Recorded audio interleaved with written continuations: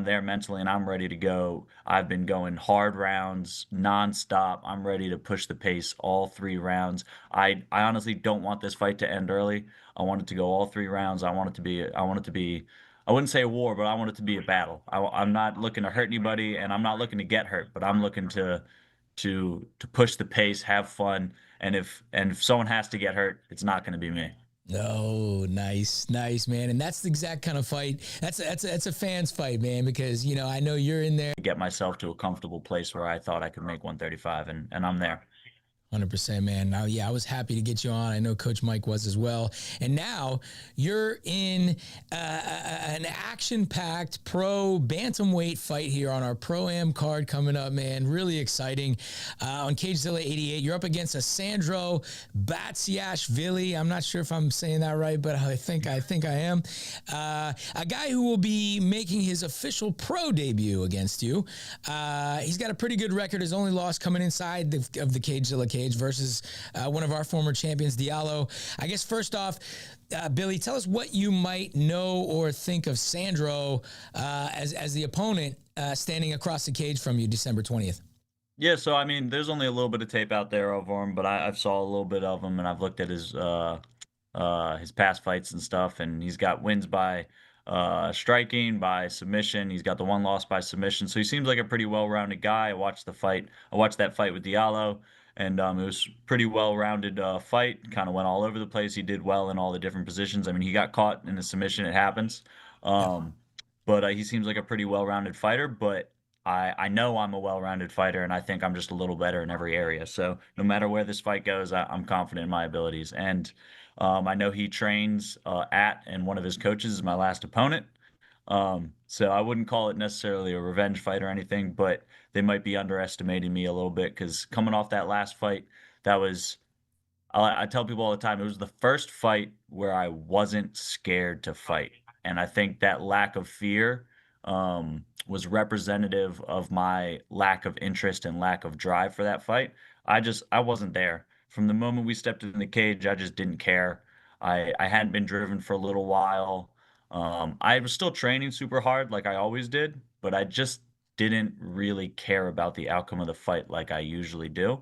And I certainly wasn't treating it like a professional, like my opponent Liam certainly was. So when push came to shove in every position, I'd get a takedown on him and he'd fight for his day or life to get back up, and he'd get one on me and I kind of would accept the position. So it was a great back and forth fight, but I think we were pretty evenly matched, but he just wanted it far more than I did, and he was a professional and I certainly wasn't. And I've changed all that. I've gone back to the drawing boards mentally, physically. I've become a much more well-rounded fighter in the last year that it's been since that fight. So I know I'm ready, and I know my opponent is solid everywhere it goes, but I know I'm more solid. I love that, man. And I love the analysis that you've done to kind of learn from that experience because, that was your first loss. And it sucks that it had to come on that platform as your pro debut. But, hey, you win or you learn. And I think now it seems like you're back in the position to be both physically and mentally ready to rock and roll. Is that correct? Absolutely, yeah. I mean, in the past, I've always told you, and this would kind of go into my little motto that you always ask for. Uh, I've always told you and everyone else that I wasn't here to go to war. I wasn't here to try and kill anybody like other people think of this as like life or death. And I think that kind of when push came to shove in a really hard fight with a really hard opponent, that was the difference maker is that I wasn't there to go to war. Mm. And I've changed that in my mentality. In the past, I've kind of treated it just like a sport. And I think that's great, especially in the lead up and outside of camp, to treat it like a sport and that's how you get better is to treat it like an athlete. But I think when it comes down to fight night and the lead up in a camp, you kind of need to be ready to go to war. So I don't think it's necessary that I want to hurt anybody or I'm trying to kill anybody, but I'm ready to be hurt and I'm ready to be killed. And I'm absolutely ready to go 3 5-minute rounds, absolutely to the balls to the walls and take everything he's got and give him everything I've got. Oh, I love it, man. And that kind of already, I mean, you're already touching on it, man. And that was my next part is what kind of energy you'll be bringing into that Cagezilla cage December 20th, man. I know the Evolve team will be rolling deep that night. You know, we got your teammate Mo on the card. Really exciting fight between him and Georgie. We got Yusuf as well, a young guy, a young gun in your gym. I'm sure that is just absorbing all of the insight from you guys, and you guys are just constantly sharpening his sword. You know, you'll be closing out the show. One of our last fights on the card. I know Coach Mike Moses is going to be buzzing that night. Hopefully he'll be in house here with you guys.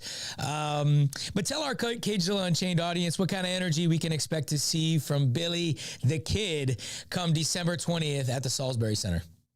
As always, as I walk to that cage, you hear my Miley Cyrus go off party in the USA. So I always bring some fun energy. But last fight, unfortunately, I think that energy stopped right at the cage door. But that certainly won't be the case this time. I think in the past I've kind of rested on my abilities and technique, and I've won a lot of fights based on just super solid jujitsu. Yeah. And I've always known that my cardio was top notch, but I don't know if I've ever truly had to use all of it. And when push came to shove and I needed to use all of it last time, I just wasn't there mentally. This time I'm there mentally and I'm ready to go. I've been going hard rounds nonstop. I'm ready to push the pace all 3 rounds. I honestly don't want this fight to end early.